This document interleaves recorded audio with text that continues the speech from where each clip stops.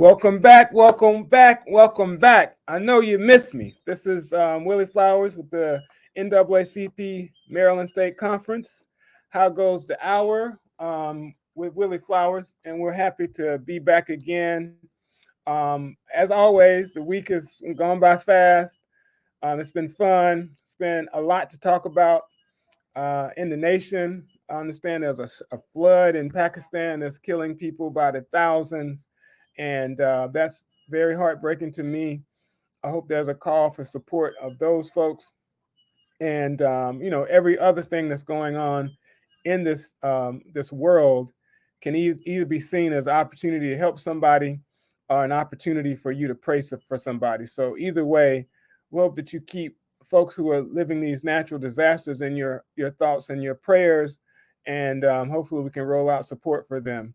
The saga continues in Great Britain with the I guess the process of funeralizing, burying, honoring the Queen, and it is such the case that situation is just what it is. We've talked about it before.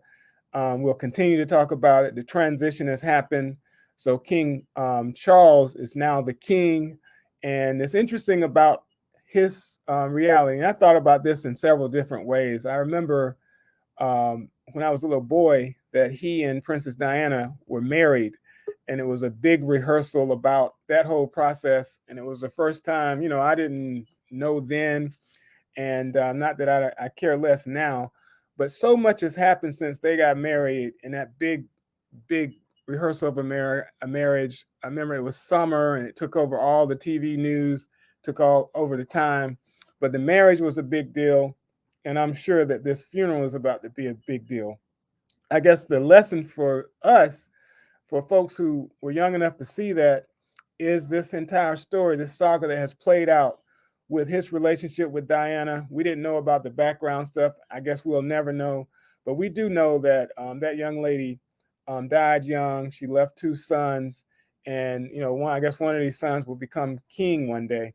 But at the same time, this Prince Charles, who was kind of at the center of all this, whether he was forced to get married to her and not, never loved her or not, the reality is that he's king now.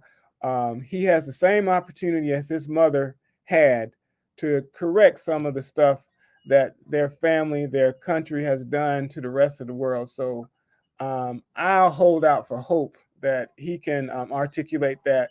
And if he doesn't, hopefully his son will. Now that's in the national, the international news. Closer to home, we have several things jumping off. This past week was the first week of NFL football, which is not a big deal to some people if you don't watch football. But one thing that stood out to me, and we talked about this a little last week, right here in Baltimore City, with what Lamar Jackson, his mother, are attempting to do with football.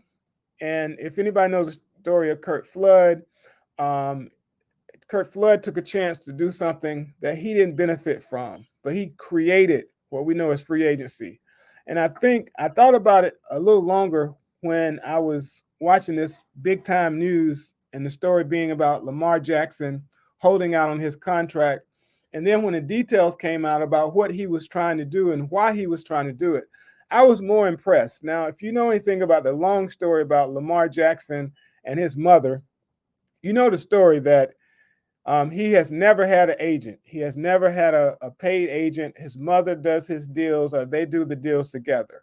And on one level, on a mainstream level, you're like, you need to get an agent, just get this over with, because a lot comes with when you have an agent. And I thought about that, and I thought about my comments about that last week, because you kind of just want that type of stuff to go away. But the reality is, I think that he has the opportunity to change the game.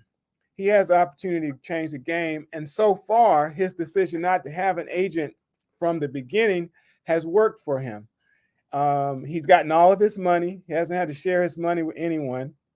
I don't see him on a lot of sponsorships or advertisements that make him more money. And that has to do with agents and not having an agent. But the reality is that he and his mother get 100% of whatever deal they make with the Baltimore Ravens or anyone else.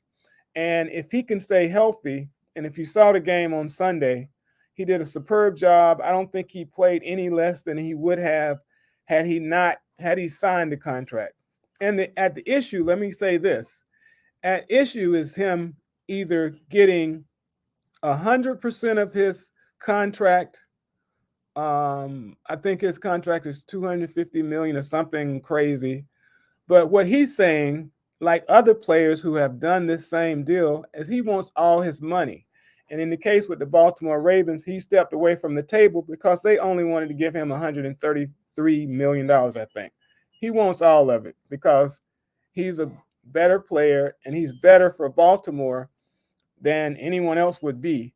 So that has to be taken into account. So the conversation is about praying for this family so that he can change the game. And if he's successful at doing this, we'll have more players who don't have to go through an agent to get to the NFL. They can just go to the table and be successful at getting 100% of what they're worth. So I wish him and his wife, his mother, I'm sorry, I wish him and his mother luck. I pray that he stays healthy throughout the year. And I also pray for the city of Baltimore, because something that happened as opposed to our story last week, because last week we were talking about all the negative stories that led up to, for the last month or two, it's just been one negative story after the next. Well, when the Ravens won on Sunday night, the Baltimore Sun recorded fewer negative stories all week than they had for the last month. So we want the Baltimore Ravens to win, and we want them to win big, and we want Lamar Jackson to be successful at making this contract thing happen for a lot of people moving forward.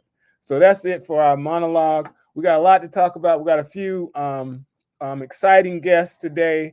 One story that has popped up. There are like two stories that popped up this week that came out of nowhere to me, because while I like cinema, I don't get a lot of opportunities to just go sit into the movies the way I used to. But one day I will be back. But there's we're going to talk a little bit about the Black Mermaid movie or animation. I don't know what it is that has come to fore, and it's causing a lot of discussion about the depiction of a mermaid as an African American character. And I'm going to bring in someone who has not just is a local member of the NAACP. She's very active in her community, and she has a strong opinion about the mermaid discussion. That I can quickly say that I haven't watched the movie, and I guess I'll have to now. But I do want to invite Cynthia Fikes in to talk about the details, and not just the mermaid, because what she made me understand that this is just not about a mermaid. It's not about a fiction character. It's about the long journey for African American artists to be accepted in a space, and then the depiction of a mermaid inspiring particularly Black girls who don't have a lot, particularly when it comes to Disney, to celebrate. And on top of that, it's kind of ironic, timing is just what it is, that the same week that we're talking about the depiction of a African American mermaid or fiction character, we also get the opportunity to see Viola to come forth with the story about the Woman King. So we got two things going on, and I want to invite Miss Cynthia Fikes to give us kind of an overview about where she is with this, what inspired her interest in kind of not a lobby, but a discussion about how significant it is to have African Americans depicted in Disney. I guess we're going to break it down to Disney, or we're going to break it down overall. We're going overall. Right. So in this case, it's Disney. Go ahead. All right. So Ariel, a fictional character, fictional story, a mermaid. I get it, right? It's fiction. But 70 years of Disney princesses, they've never seen fit to highlight a woman of color until Tiana.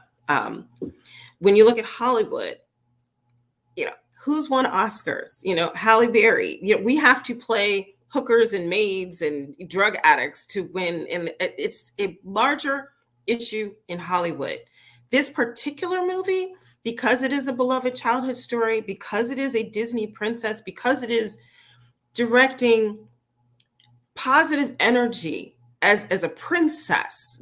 America is literally struggling to see Black women as princesses, and we all know in reality um, there's a real example of that in Meghan Markle. You're not my princess. You're not my Ariel, and it's gone as far as even the Christian right weighing in, saying that this is a problem. You know. Now, do you think that because the issue didn't become an issue, and you can correct me at any point because I'm on the back end. Okay. The issue didn't become an issue until there were attacks on the actress for just being an actress. I mean, that's what The I gather. issue became an issue the day she was cast.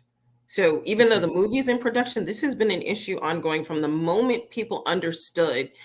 They even suggested, here are some better alternatives, Ariana Grande and other things that look more like a mermaid. This is not a new story. The Ariel story, I've actually lived it here in Howard County.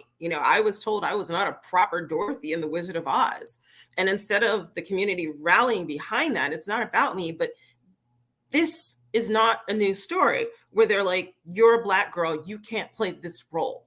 You're a Black girl, you don't belong in the fine arts. You're a Black girl, you can only play certain roles. And it's pervasive in that, number one, they retell our history with white faces. So they don't cast us in the roles where we actually, not, Elizabeth Taylor, Nefertiti, really?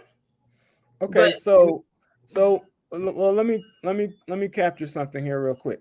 mhm. You said that the production, the screening, all that happened a long time ago. Right. It takes Why is years. it just why is it just becoming a story? Because it I- just became a story.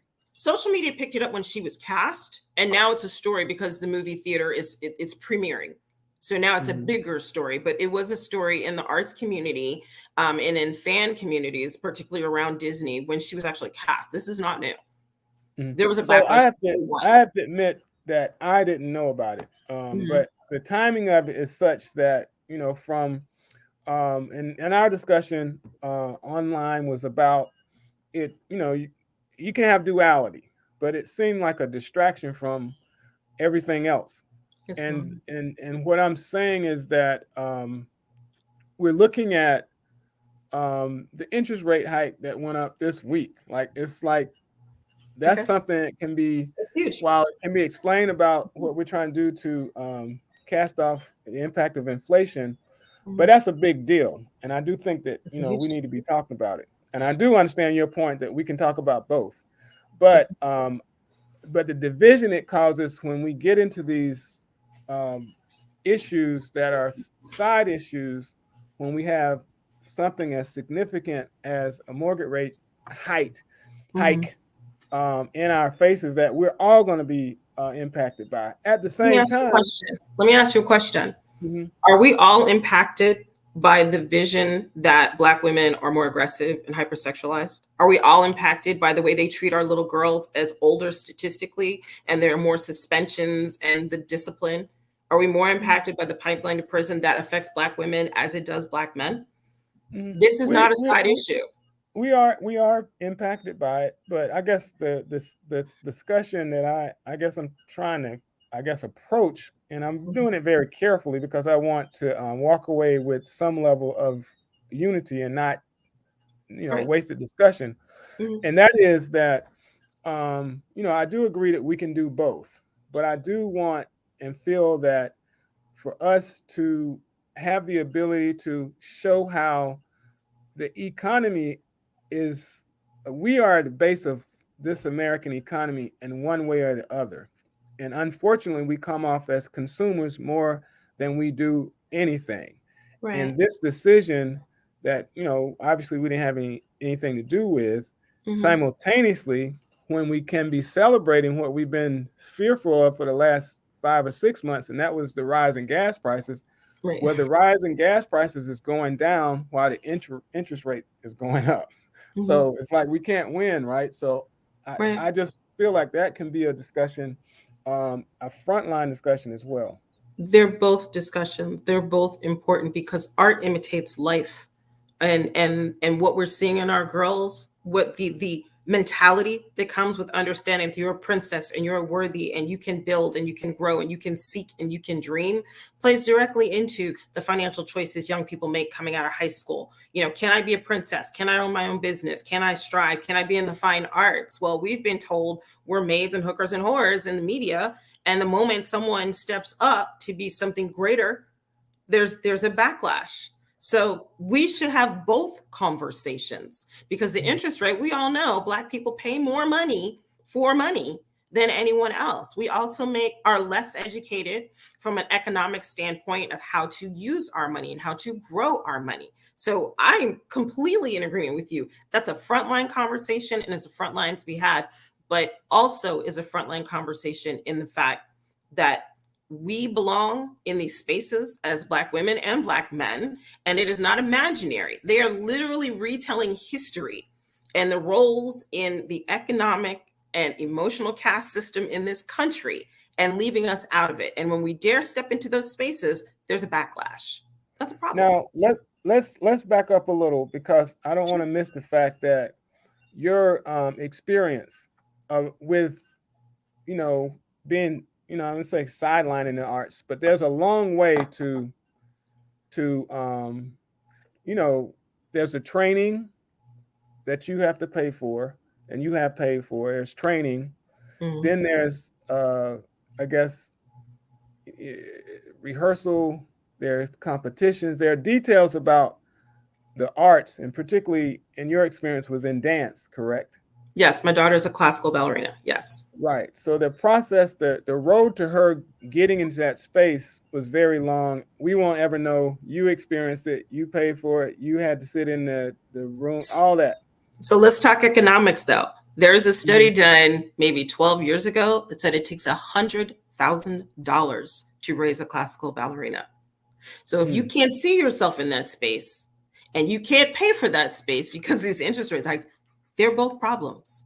When I Right. step into these rehearsal spaces, do you know who they ask when the moms are sitting in the room where the bathrooms are? Do you know who they ask where to sign in? I don't work here. But the assumption is you're there to serve.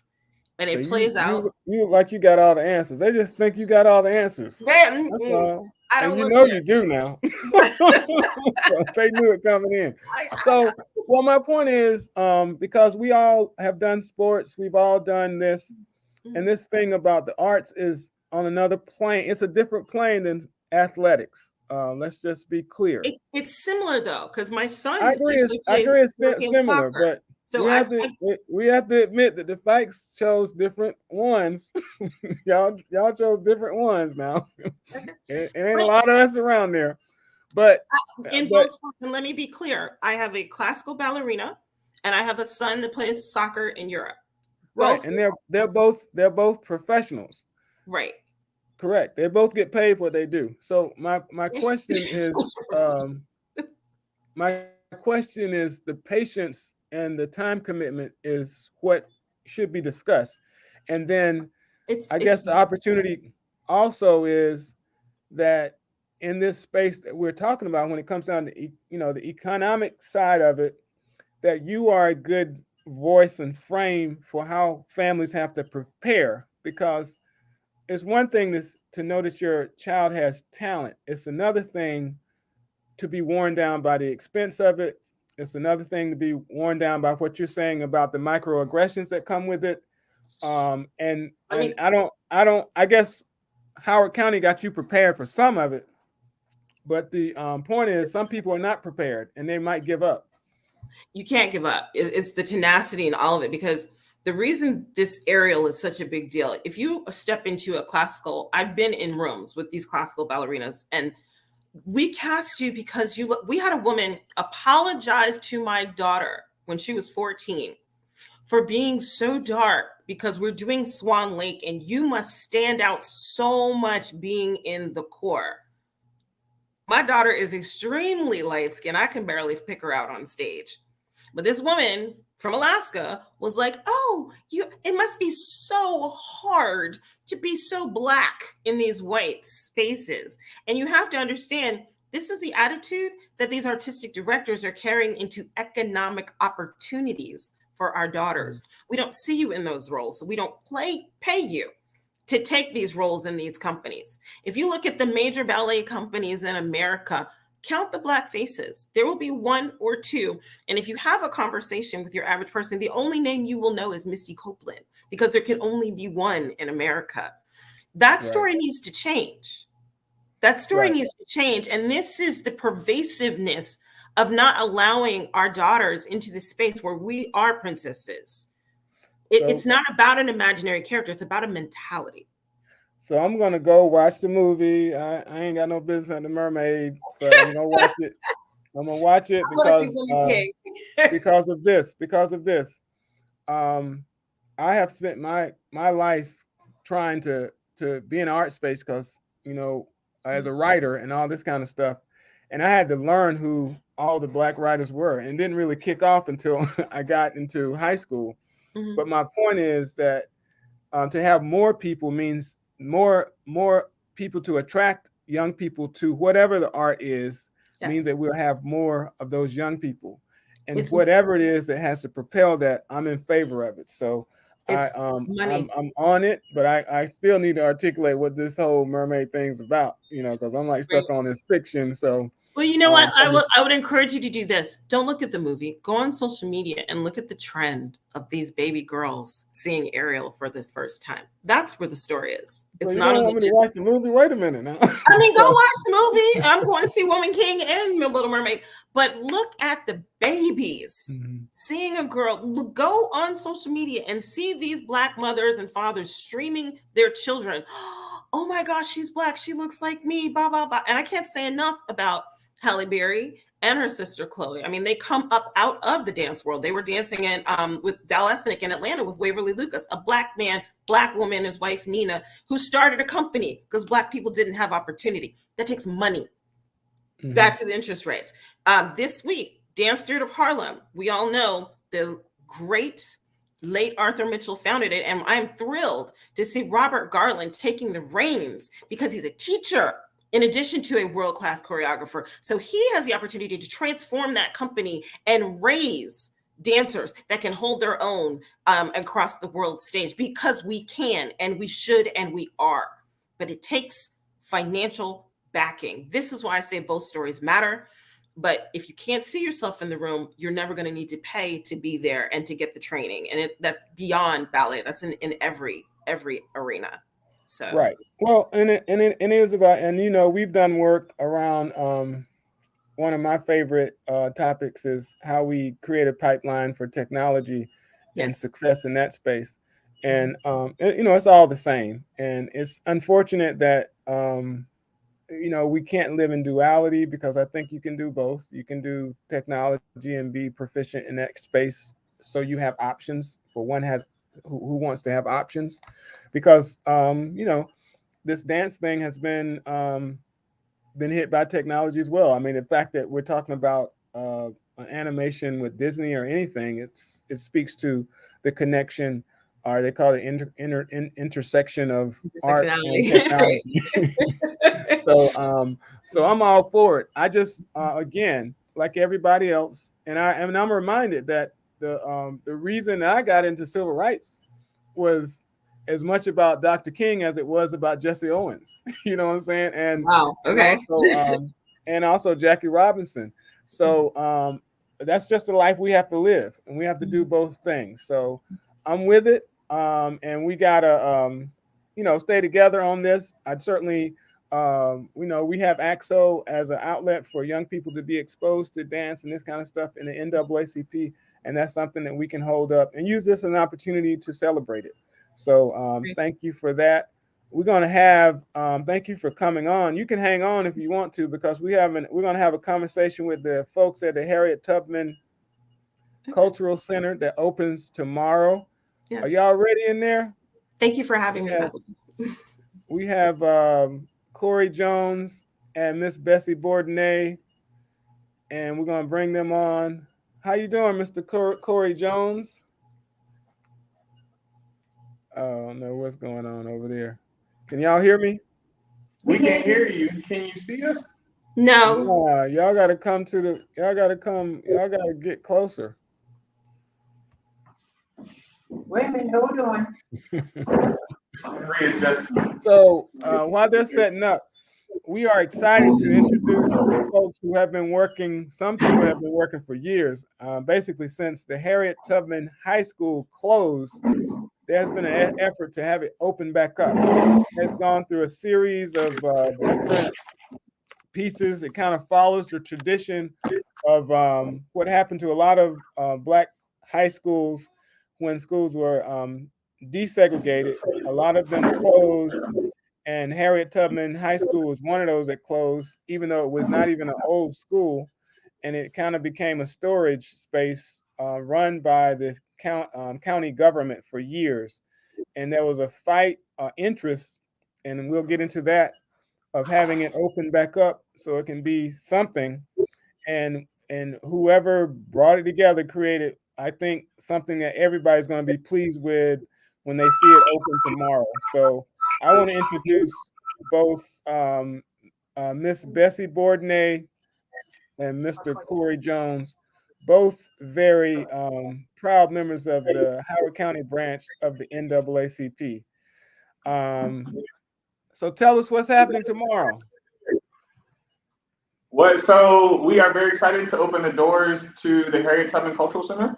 And so at 10:30, we will cut the ribbon and allow everyone to enter the facility and roll right into Harriet Tubman Day, which will start at 11. And so I'll let you talk more about Harriet Tubman Day.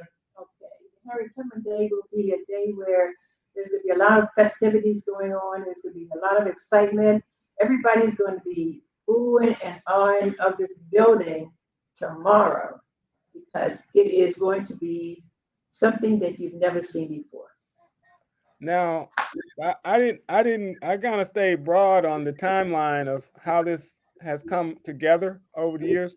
What year did the school open? In 1949. It opened in 1949. Right, and it closed in 1968. 65. And then it's just been sitting there for that long. Well, it's been sitting here, being utilized by the county as well as by the school board for different things. But then in 1975, in 2017, Alan Killerman stepped up and he said, this building needs to be brought back to the community.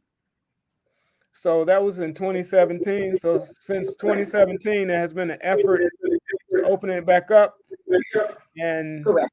Tell me about that journey, because I understand it was a journey. Well, it's been 20 years. Actually, the Harriet Tubman Foundation was founded in 2002. So it's been 20 years we've been working on this project, trying to get it together. But anyway, in 2017, I think it was 2017, I'm not sure. But anyway, they decided that they were going to turn it back over to the Howard County Recreation and Parks to turn this into a culture center. And we've been working on this ever since then, up until now, to get this building the way it is. It's going to be a building that's going to be utilized by the community. It will be utilized by the children. It will be utilized by everybody who would like to use it. And I think that it's going to be a great building. Now, one thing that stands out to me is that someone did the work to have all of the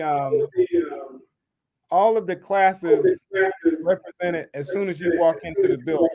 Well, first of all, as soon as you walk into the building, you see a image of Prophet Mama Harriet Tubman.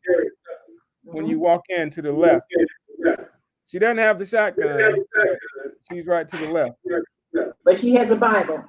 She has okay. All right, Okay. She ain't got the shotgun though. I took the shotgun. I ain't gonna touch that, but the shotgun helped her. Okay, so as you walk, stars on the floor. One star is for Mr. Fleury, one is for Mr. Kraft.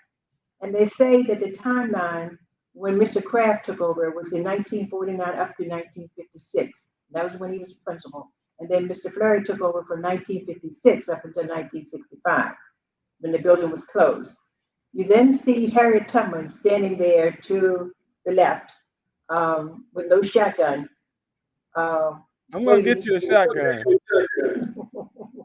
Okay, so then you come in to see Harriet Tubman, and then you go through the building, and you see a lot of different things that are in the building that were not there before. You're going into the youth room, and you want to talk a little bit about the youth room?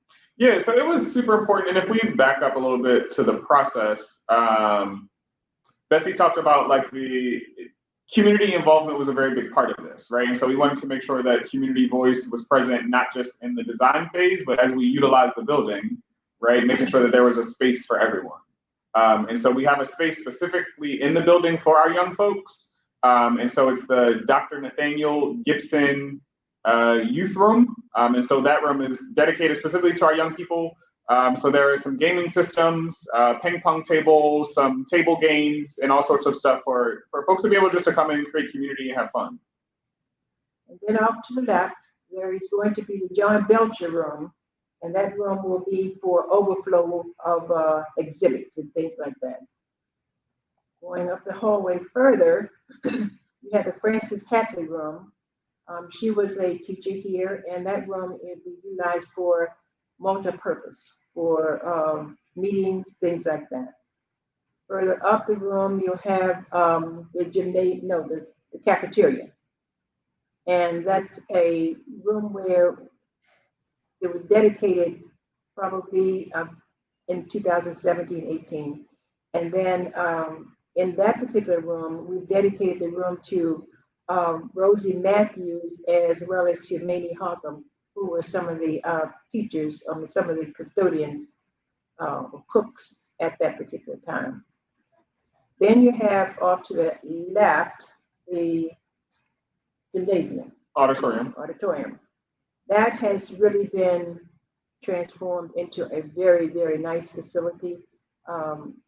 It's just beautiful the way that building has been, that room has been set up. So I'll turn it over to you. And so as we continue to go up the hall, so we allowed the spaces, and the whole purpose of the building is one, to be able to use it in a new sense, but also to highlight the legacy of not only Harriet Tubman Junior Senior High School, but of the legacy amongst African Americans, specifically in Howard County. And so the space in which, when the school operated as a school, when the building operated as a school, with what was the principal's office, we have recreated that space. And so we have the Silas Kraft and Elhart Fleury principal's office, actually with Dr. Kraft's original desk, and a space dedicated to the secretaries or administrative staff that worked with him. We have a recreated classroom. And so if you have not seen what a classroom looks like in the 1960s, you definitely want to stop by and see. Not only, we recognize that even to some students, they have never seen a chalkboard before. So we have real live chalkboards, right? No smart boards, no whiteboards, but shout out to anyone who ever had to clap the erasers.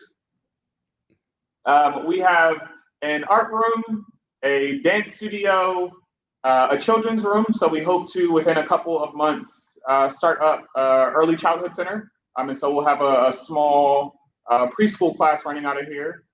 We have a research library. So we have some books for folks to come in and read and view, but not necessarily borrow. And then one of the main features of the building is our museum. And so we have 3 rooms of space dedicated to, again, the African American history in Howard County, starting from the era of slavery and what slavery looked like specifically in Howard County, not necessarily on a national scale, going up until, honestly, presently, and some of the great work that folks in the county have been doing even recently. Are you saying we got slaves now? No, I'm saying that there were slaves in Howard County, which may be a surprise to some folks, but there is great work happening right now. Okay, I'm just gonna say real quickly, I was blown away by the museum section. I mean, It's amazing. I mean, I can't wait for people to see it. Um, it's amazing display of what Howard County is all about that people may not know about, because some of the history is recent history of some of the first and this kind of thing. So I think it's a beautiful setup, and I think that people are going to be very pleased. We also have a photo of you in the museum too. I'm in the museum. Oh yeah, you're in the museum. What? I've been waiting all my life to say this. Yours truly is in the museum.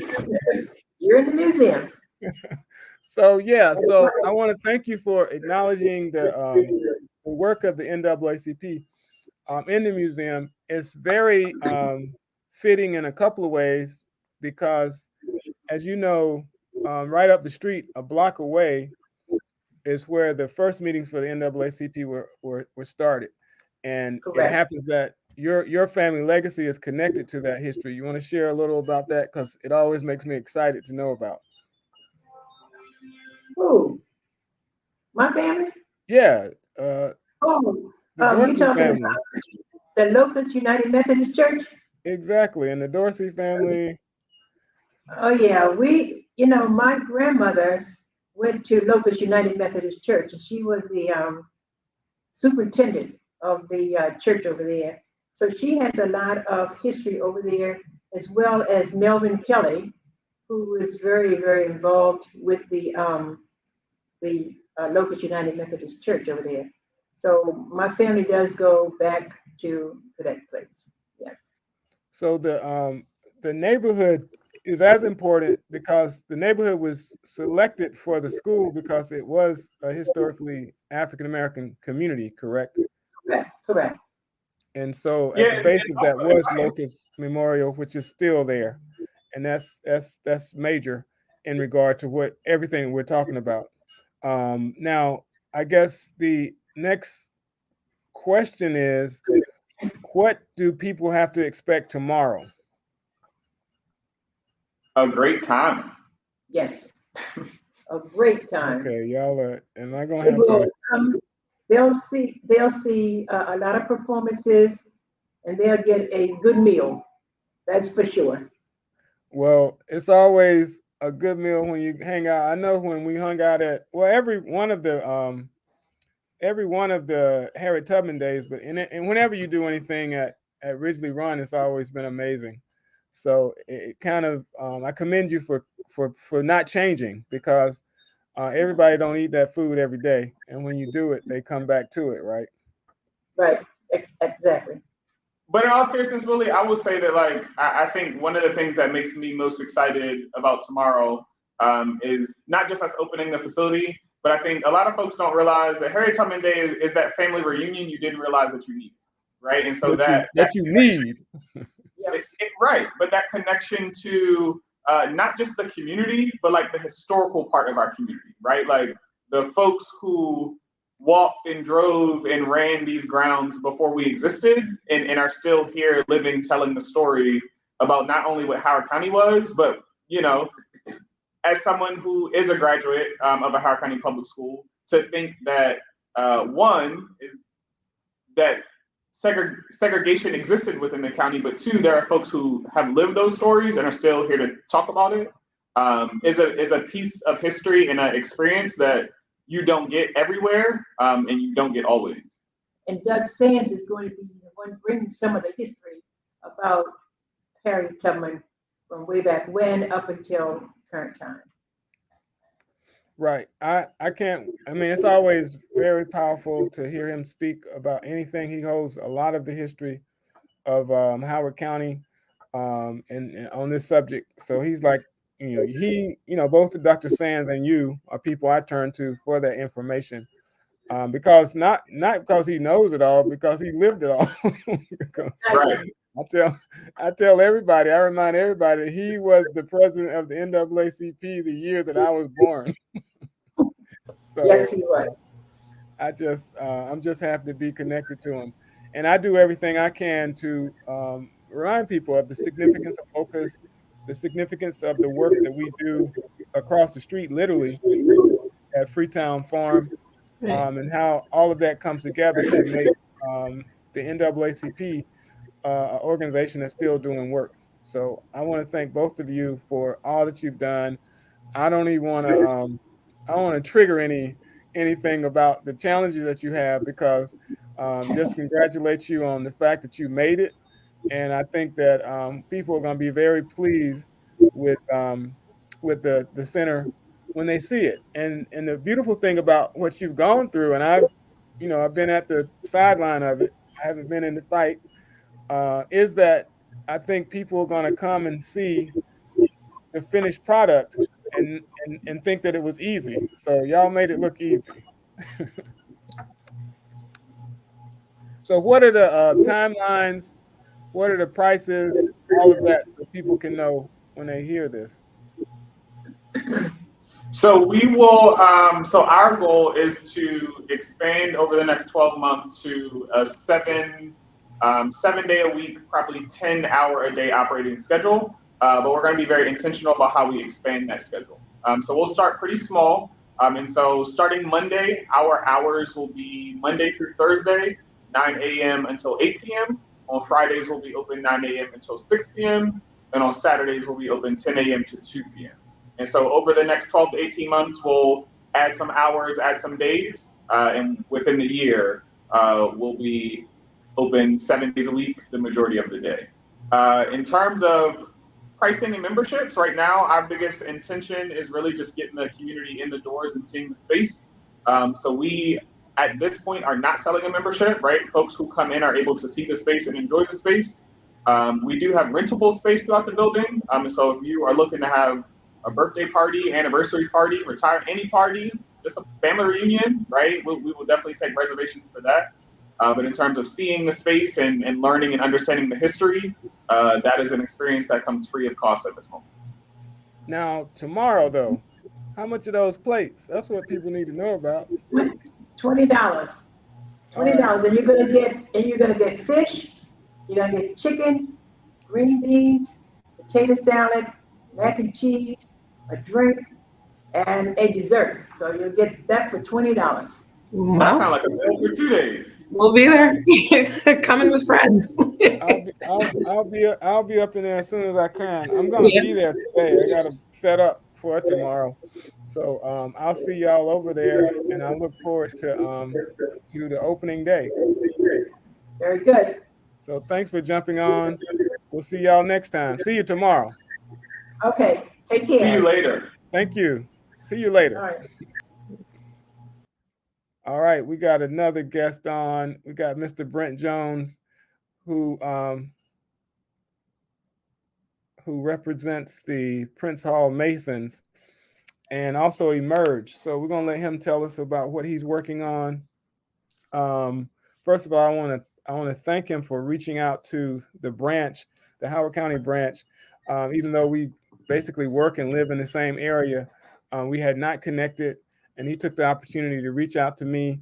And he's been, we've been fast. I would say fast friends. I look for potential friends in this lifetime. So he has been a wonderful brother to hang out with, and without even knowing about his background at all, he immediately let me know about all the projects that he's working on, just as another display of how we can talk about all the negative things going on in anywhere, but there are always people doing work that we don't know about. So I want to introduce Mr. Brent Jones.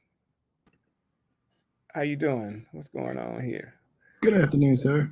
How you doing? Well. So Doing well. Brent Jones, he don't like to talk about himself, so I'll talk about him. He's involved deeply in the community.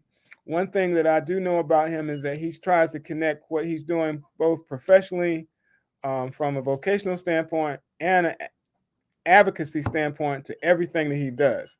I'm going to warn him, like I have to check myself sometimes. Sometimes you got to separate it so that it can be successful on both sides. But I do want to acknowledge the fact that he has taken the responsibility of working in an organization that's, quite frankly, And NAACP people like to say that, you know, NAACP is the oldest and the boldest and all that's baddest. But the oldest organization for trying to liberate Black folks is Prince Hall Masons. I don't say it's the oldest, but it is one that has been around longer than the NAACP. In fact, without the Prince Hall Masons, I don't think you could have had the abolition movement in the way that we had it. So it's important to acknowledge the Prince Hall Masons as a key civil rights organization. And a lot of what we've done is based on, he can't talk about most of this, and I really can't, but a lot of the symbols of what we know about Masonry are consistent with how we were able to liberate our people during the period of enslavement. And that's important. And so I will say that without the Prince Hall Masons, a lot, you know, that's Juneteenth thing would have been extended. so let's get down to business. And I say all that to say that he is a worshipful master in the Prince Hall Masons. And that's a big deal. It's a huge responsibility. And he can tell you about that, because the fact is that the Prince Hall Masons is about community service more than anything. And as far, like I explained, the history of that community service is based on the history of the Black church, history of all that we do in the community to do more than just be in community. So go ahead.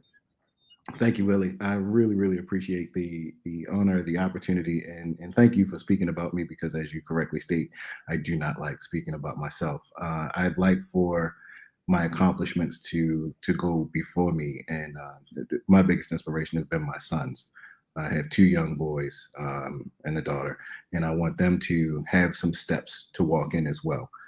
What I did find in Prince Hall Masonry is the opportunity with the signs, the symbols, the work, the camaraderie, the opportunity to have friends that you know walk the same way you walk and will hold you accountable, so that way you don't have the opportunity to slip back without somebody saying, no, we can do this together, you know. So you're locked in step with brothers, and you see other brothers, Thurgood Marshall, that went in front of us, that did things, that took risks, that made it so that we could do things that we do today.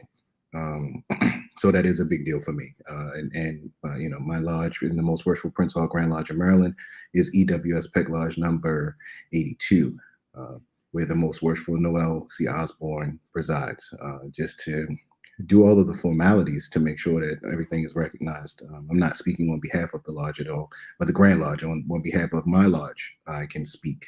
And I'll tell you, quite frankly, that Masonry doesn't have the secrets. You know, the biggest secret that a Mason has is a story that if you told me a story, Willie, and you wanted me to, that's our secret. You know, the things that we have between us are the secrets. The other things, if you know what you're looking at, you can find them online. Yeah.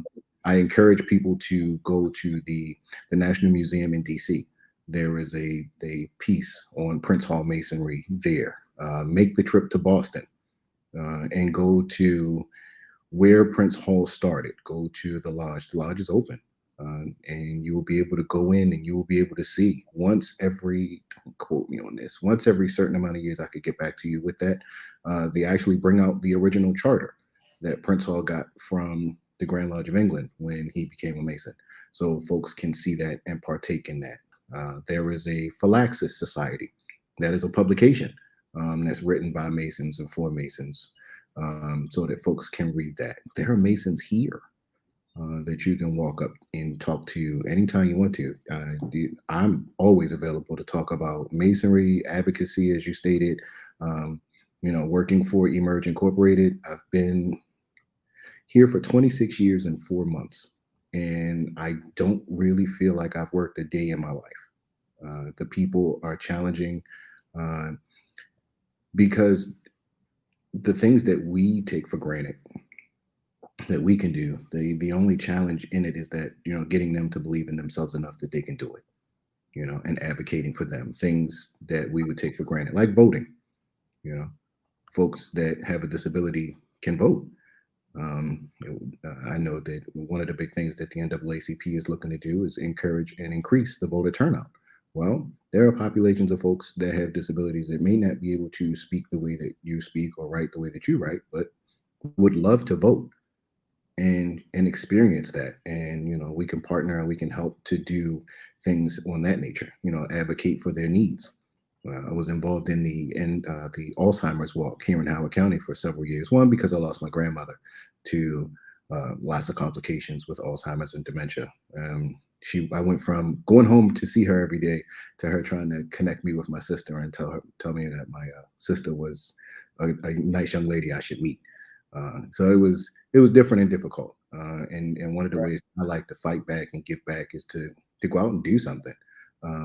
So Emerge Incorporated, banded with me, and we do things for the Alzheimer's Walk here in Howard County, like provide the shuttles for folks. Some of our individuals that have Down syndrome will be there because every individual that has Down syndrome winds up getting Alzheimer's. So it's not Wow. disconnected; I it's never knew connected. that. And when you look at the folks Hmm. that have Alzheimer's, many of them look like you and I. The pieces of dementia, the sundown syndrome, for folks like us that are caregiving for people, to be patient is something that you really have to do. You have to absolutely take into consideration that this person is not the same person that's sitting there with you in the way that you think that they are. They present the same, but they're not. So we have to be patient and be respectful, and that's something that I learned from my grandmother. So it's deep for me. My grandmother taught me: you look people in the face, you speak to them, that you work with them, that you care for them. You know, you care for them through things. So let me connect the dots here. So Okay, you do your lodge is in Baltimore City, it is. and the work you do is in Howard County. It is. So let me when you connect the dots on how you know the intersection, how does that work out? How does that look for you? Because it sounds like you got a lot of ideas about what you want to do, and how does it come together? From the largest perspective, District 15 and other districts can kind of operate where the needs are. There are some districts that are specifically focused. I think District 10 is focused more in the Anne Arundel County area. So the connection for them is an extension of the Grand Lodge, but in the Anne Arundel County area. So everything that we do connects back to the Grand Lodge down in Baltimore City. But we want to reach every Mason that wants to be reached. We want to talk to everyone that wants to talk to us about Freemasonry and joining with Prince Hall Freemasonry and coming in to learn, to ask questions, given opportunities. And sometimes that's just showing up and doing the work. I like to put my hands in stuff and work. So that's where some of the connection is. Well, I attended one of your events recently, and the thing that I did notice is that you had all your people there. I don't remember what the event was hosted by your company Emerge, correct? Yes. But it was an event that involved Alzheimer's folks, as well as your lodge people were there. Yes. Everything was covered. So, and you packed the house. So I guess on other projects, what other times do you do the same type of work? Because I have one for you. Okay. Well, I'm always happy to help. Really, call me, tag me in. Okay, I got you. I might not be in the forefront, but I'll be there, and I'll make sure that you are supported because I believe in the things that you're doing. I really appreciate it, sincerely. The crab feast for Emerge. Funny story. It was something that I was looking at canceling about 2.5 weeks prior to because we didn't have the numbers. It didn't look like it was going to be a successful event, and it wound up being, like you said, a packed house. I had to put out 4 or 5 more tables because so many folks came. But if that is just a fundraiser that we do every year, just to bring people together and have fun. We hadn't done it since COVID, obviously, but that was one of the things. We were looking at bringing it in and having a good time. Folks with disabilities enjoying crabs, seeing folks, you know, and enjoying some a party, a fundraiser, an awareness raiser, just tying all of those folks together so that we keep what we have moving forward. You don't want to lose the connection by not engaging people. So that was what we did. That was our opportunity. Well, it was a wonderful event. Now, the fact is that, like I said, I was just impressed that you connected all those dots. You had your family there, so you have a crowd of people who support what you do. How did you figure that out? Lots and lots and lots of phone calls. Taking risks. Sometimes you can send an email to people that want to come to something and they'll show up. You can send a text message to people that may be interested, and then sometimes you just gotta take a risk and walk up to somebody and say, "Hey, listen, this is my circumstance, this is my situation, and this is who I am. So, I'm this passionate about it. I'm going to come and talk to you, and you can say yes or no, but you'll know that you were spoken to, and we just keep moving. My family is involved, as you said. The kids, they love to come out and help. So you saw folks, my son's greeting, you saw my one son taking pictures. My daughter wasn't there that day. She was at another event.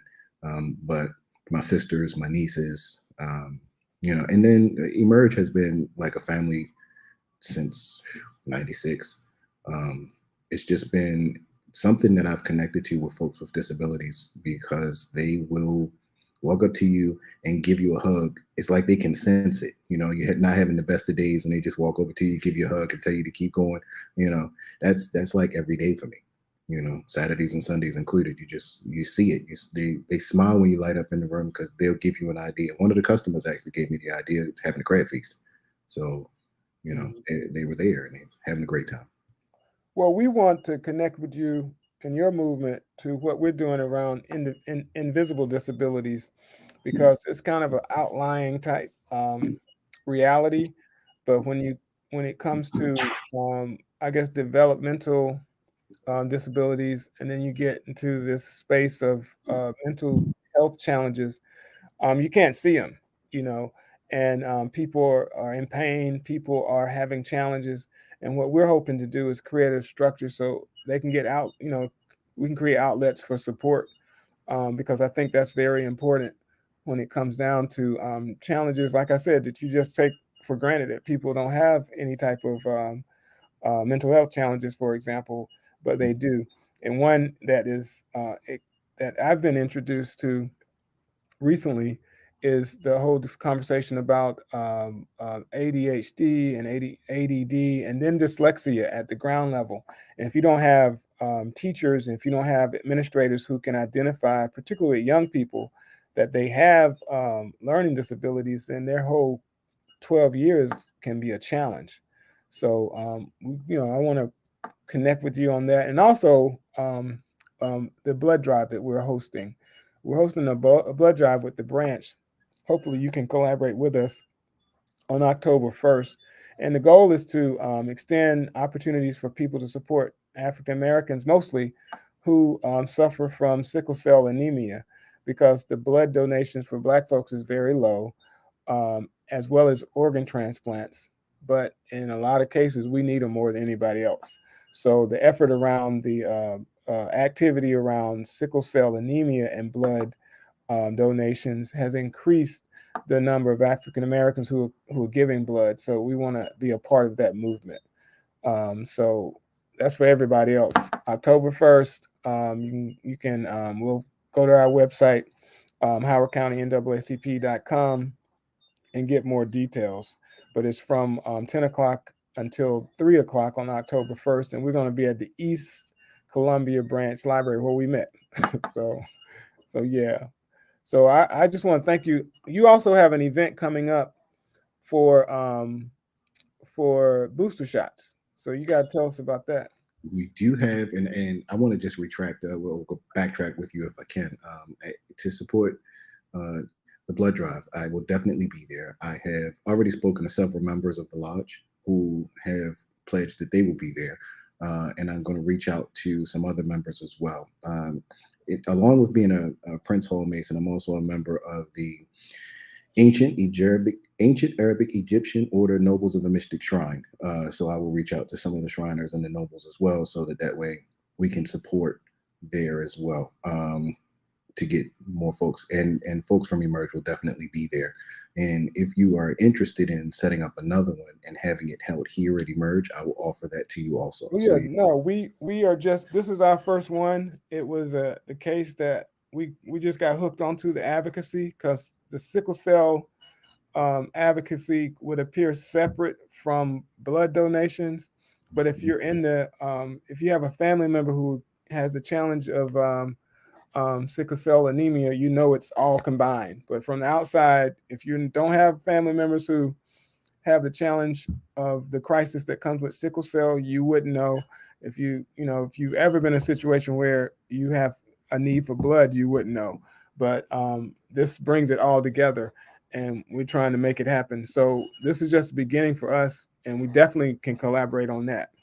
Perfect. And as the booster shot was something that we're putting together, that we have some folks that are coming. We'll set up our tables and tents outside, and we have, I want to say, Northern Pharmacy coming in to give booster shots and flu shots for folks, so we can get those shots in arms to keep everybody healthy. All right, we'll help you pump that up. We'll send to all our members. Particularly, what area of the county is it? We are in right off of 108, which is, I want to say, Central Columbia, the Columbia, Elk Ridge, that Long Okay, Ridge. so you're near Route 1 and 108. We are closer to 108 in the courthouse where the Wendy's Oh, is. so you're around the corner from my house. Okay, good. All Okay, right, yeah. cool. Yeah, we'll pump that up, and we'll make it happen. So thanks for coming on, man. Thanks for everybody for checking in on us. We are headed into another weekend of exciting activities. Remember the Harriet Tubman Cultural Center opening tomorrow on Harriet Tubman Lane. Don't miss it. You get the big plate of fish for $20, and that's a deal, right? So hope to see y'all there. That starts at 10 o'clock. And please show up, and let's do it again. So thanks again, Brother Jones, our worshipful Master Jones, and we'll connect all these dots as we move forward. Thank you. Thanks for everybody else. That's it for How Goes the Hour. See y'all next week. Take care. Thank you so much.